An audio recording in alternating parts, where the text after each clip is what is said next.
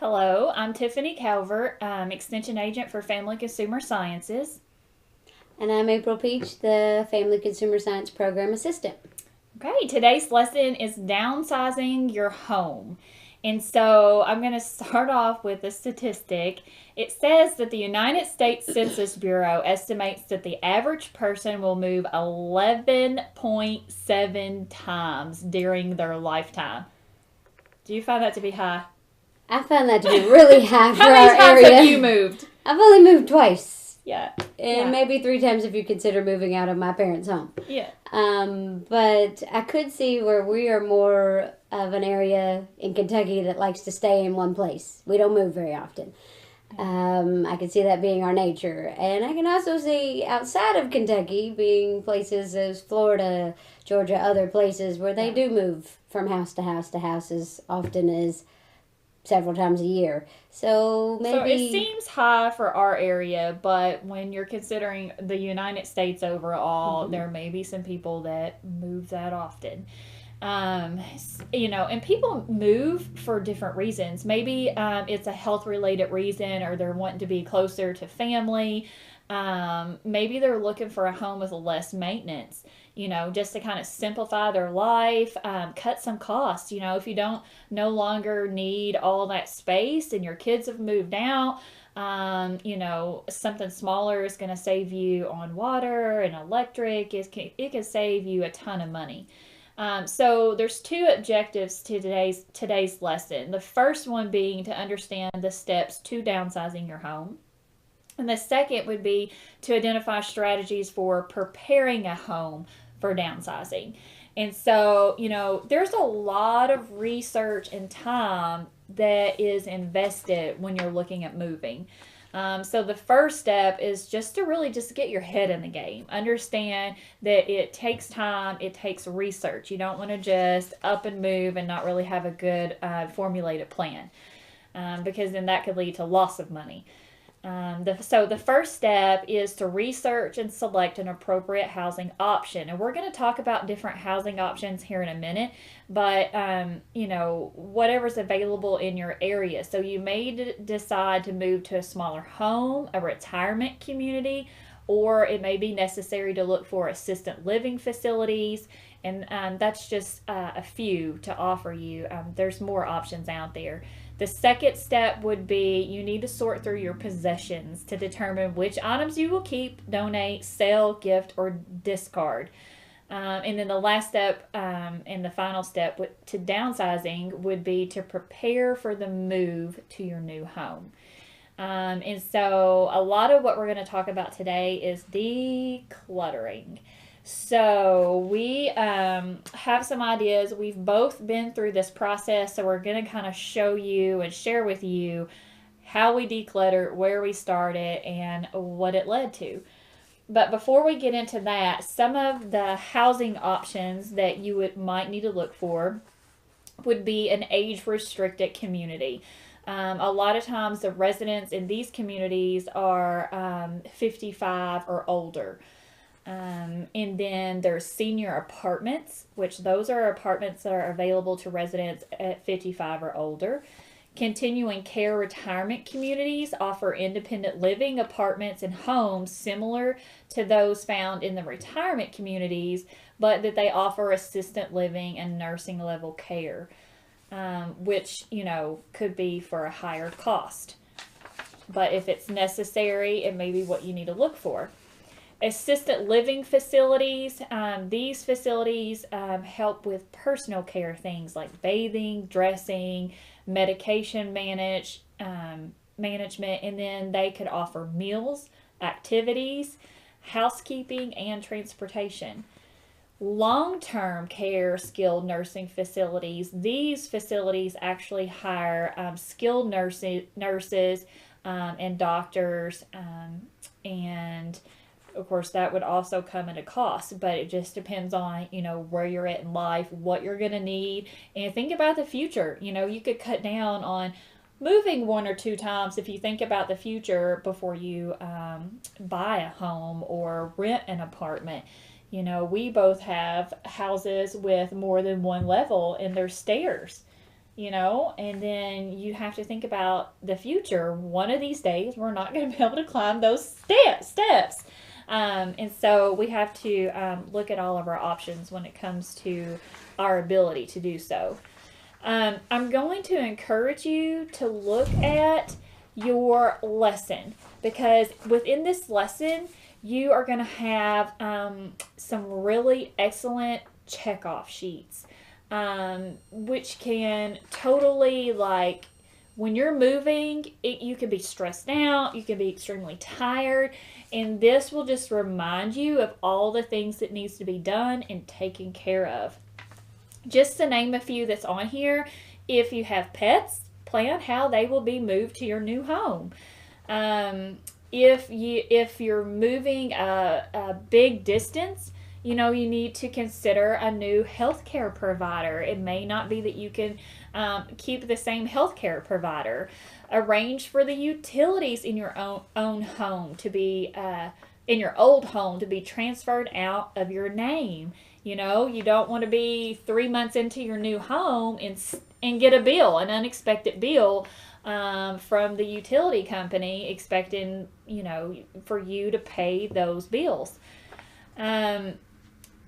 Complete the following address changes. This reminds you of all those places that you need to make sure that your address is changed: the post office, your bank account, credit cards, other investments, a lawyer, the newspaper office, your voter's registration.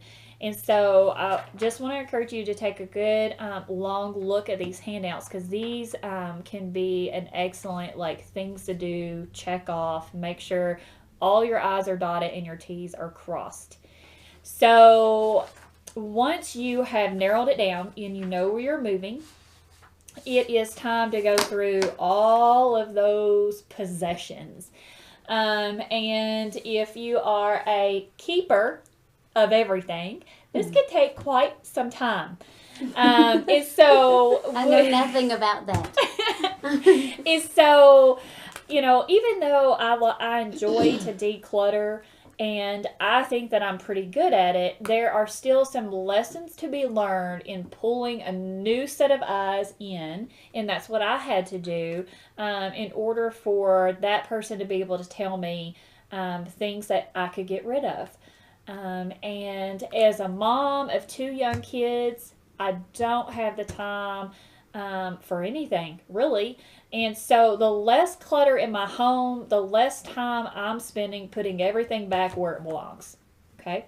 And so I invited a friend over who enjoys the same thing as I do. She enjoys to declutter, and she's an organizer.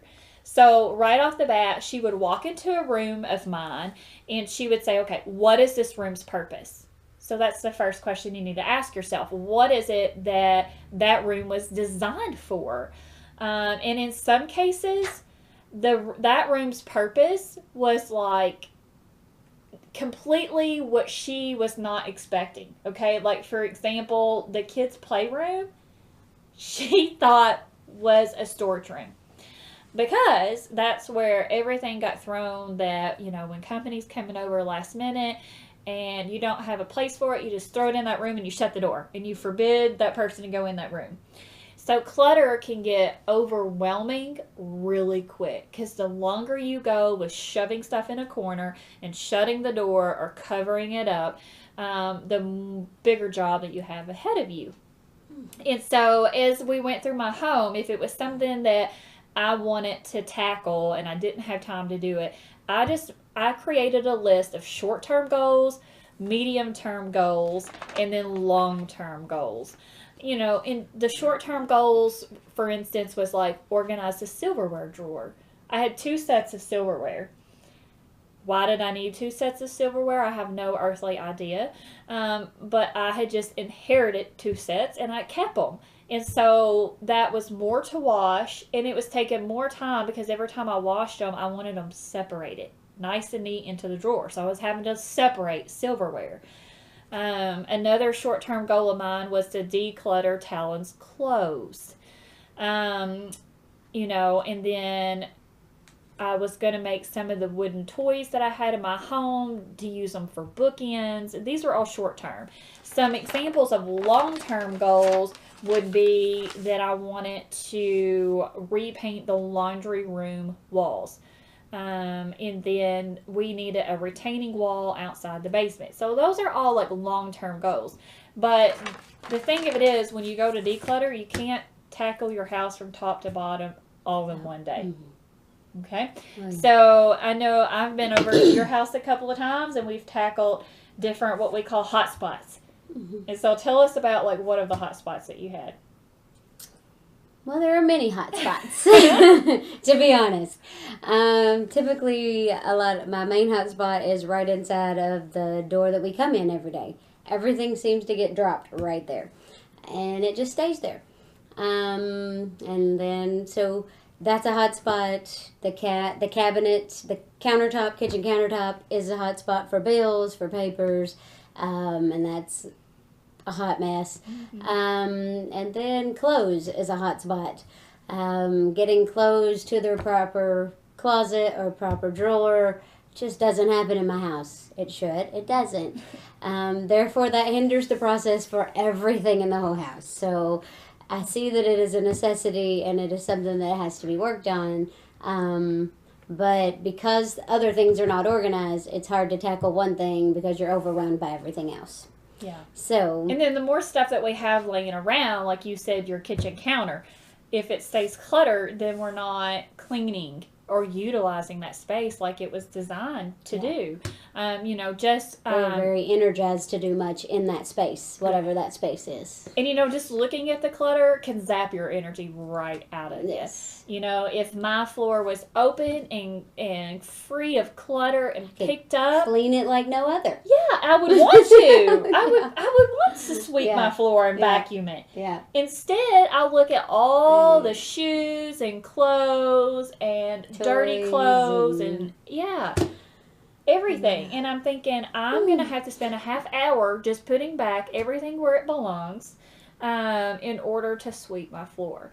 And so, in summary, everything in your home has to have a place. And everybody in your home has to know where that place is at. So if it's bills, that needs mail, it needs to have a certain place in your home. Before we had that certain place, I would find mail in the basement. I would find mail sometimes in our vehicles. I would find it on the kitchen counter, on the table, and it was everywhere.